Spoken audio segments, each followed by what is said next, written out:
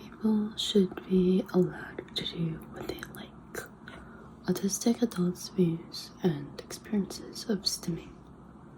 Authors are Stephen K. Kopp, Robin Stewart, Laura Crane, Daisy Elliott, Chris Elphick, Elizabeth Policano, and Ginny Russell.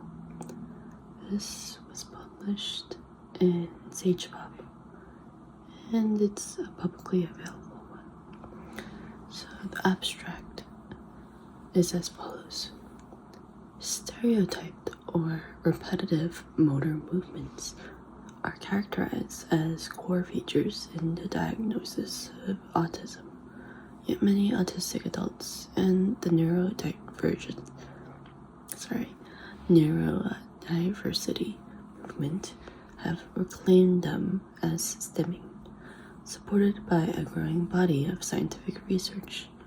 Autistic adults argue that these behaviors may serve as useful coping mechanisms, yet little research has examined stimming from the perspective of autistic adults. Through interviews and focus groups, we asked 32 autistic adults to share their perspectives and experiences of stimming, including the reasons they stim, any value doing so may hold for them, and their perceptions of others' reactions to stimming.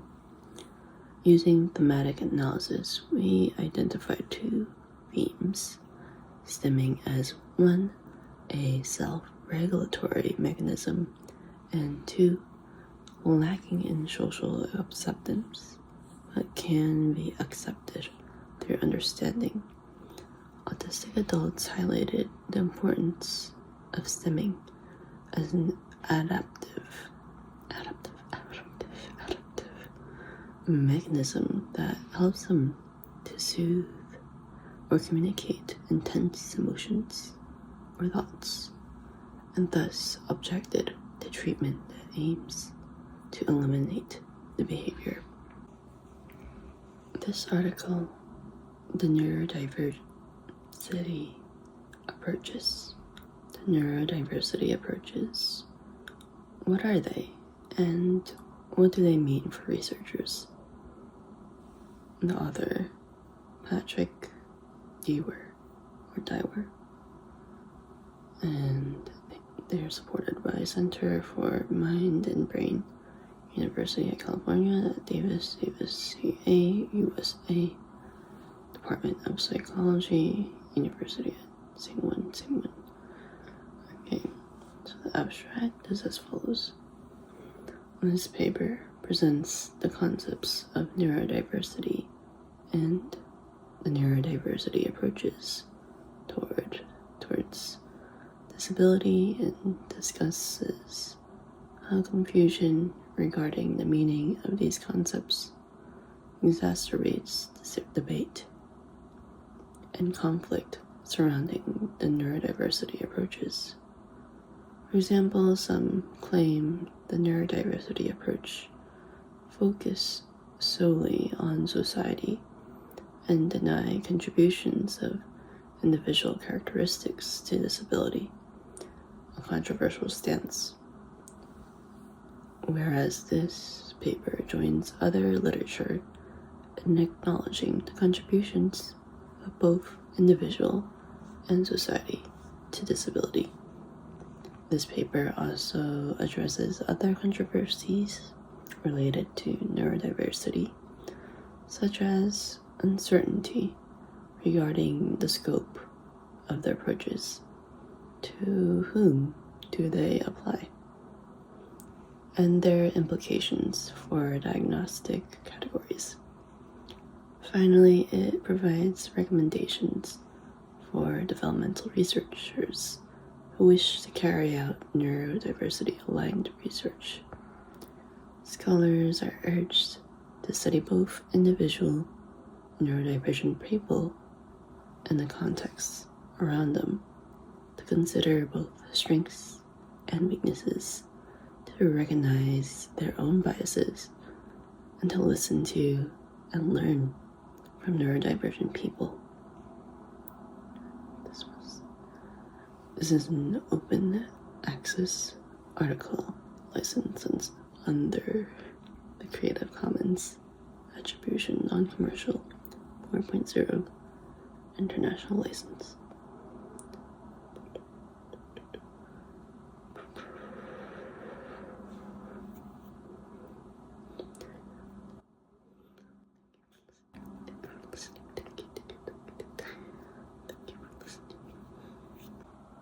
So this is an article called How Musical Training Shapes the Adult Brain, Predispositions and Neuroplasticity. And before I forget, I close the light because there was enough morning light to be streaming for me to be able to read more in a more dimmed setting, in a more darker setting, so that it may be better suited for your eyesight. Oops, sorry. And others are Alexa, Emma, Ozak, Ozilska. I'm sorry, I'm probably gonna butcher your names again.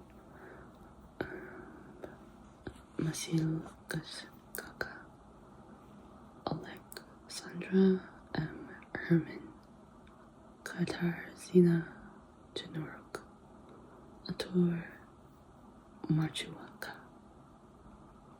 and the Laboratory of Brain Imaging, Ninki Institute of Experimental Biology of the Polish Academy of Sciences, Warsaw, Poland, as well as the Laboratory of Language Neurobiology, the same institute. Okay. So the abstract is as follows. Learning to play a musical instrument is a complex task that integrates multiple sensory modalities and higher order cognitive functions. Therefore, musical training is considered a useful framework for the research on training-induced neuroplasticity. However, the classical nature or nurture question remains whether the differences observed between musicians and non-musicians are due to predispositions or result from the training itself. Here represent a review of recent publications with a strong focus on experimental designs to better understand both brain reorganization and the neuronal markers of predispositions when learning to play a musical instrument. Cross-sectional studies identified structural and functional differences between the brains of musicians and non-musicians, especially in regions related to motor control and auditory processing. A few longitudinal studies showed functional changes related to training on listening to and producing music in the motor network and its connectivity with the auditory system, in line with the outcomes of cross-sectional studies. Cross-sectional studies. Parallel changes within the motor system and between the motor and auditory systems are revealed for structural connectivity.